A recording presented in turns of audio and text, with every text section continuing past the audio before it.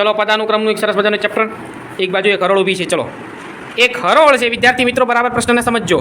એક હરોળ છે, આ હરોળમાં કેટલાક વિદ્યાર્થીઓ ઊભા છે? પ્રતિકભાઈ ઊભા થાવ. આ હરોળમાં પ્રતિકભાઈ કુલ કેટલા વ્યક્તિ છે જુઓ તો? 15 વ્યક્તિ છે. આ હરોળમાં કુલ વ્યક્તિ કેટલા ભાઈ? તો કે 15. હવે આ હરોળમાં આગળથી જોતા ચાવડા નીતિનનો ક્રમ છઠ્ઠો છે. કેટલામો છે? છઠ્ઠો. નીતિનભાઈ ઊંચો હાથ કરજો. ચાવડા નીતિનનો ક્રમ કેટલામો છે? છઠ્ઠો. તો પ્રતિકભાઈ નીતિનનો ક્રમ પાછળથી કેટલામો હશે?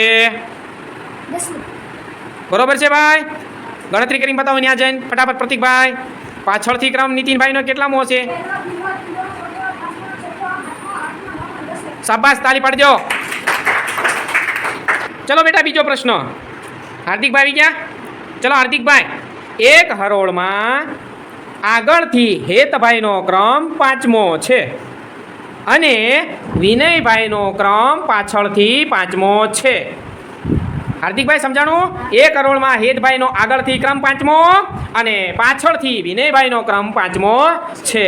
અને એ બંને વિદ્યાર્થીઓની વચ્ચે જો 5 વિદ્યાર્થીઓ બેઠા હોય તો હરોળમાં કુલ સંખ્યા કેટલી? હાર્દિકભાઈ જઈને બતાવો. ચલો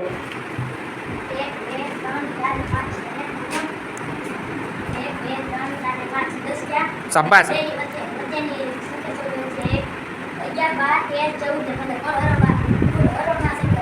શાબાશ. આગળથી હેતભાઈનો ક્રમ 5મો, પાછળથી વિનયભાઈનો ક્રમ 5મો. 5 ને 5 10 અને આ બંને વિદ્યાર્થીઓની વચ્ચે 5 બેઠા છે એટલા માટે 5 ને 5 10 અને બીજા 5 કુલ વિદ્યાર્થીઓ કેટલા થાય બેટા? 15. સરસ. ચલો બેટા ત્રીજો પ્રશ્ન. એક હરોળ છે, હરોળમાં કુલ 15 બાળકો ક્રમસર ઊભા છે. આ હરોળમાં કુલ કેટલા વિદ્યાર્થીઓ છે ભાઈ? 15 વિદ્યાર્થીઓ છે. અને આ હરોળમાં રવિરાજ બરાબર હરોળની વચ્ચે ઊભો છે. તો રવિરાજની આગળ કેટલા વિદ્યાર્થીઓ ચાવડા પાર્થભાઈ ઊભા હોય? સમજાવો.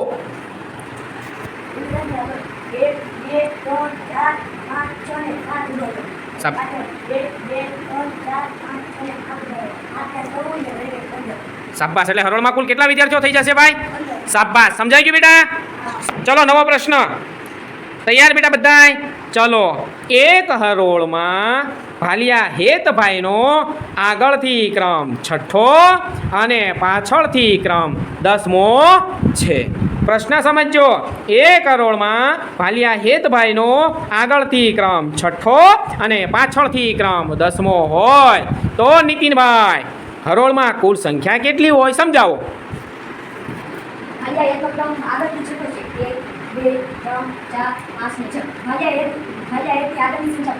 શાબાશ.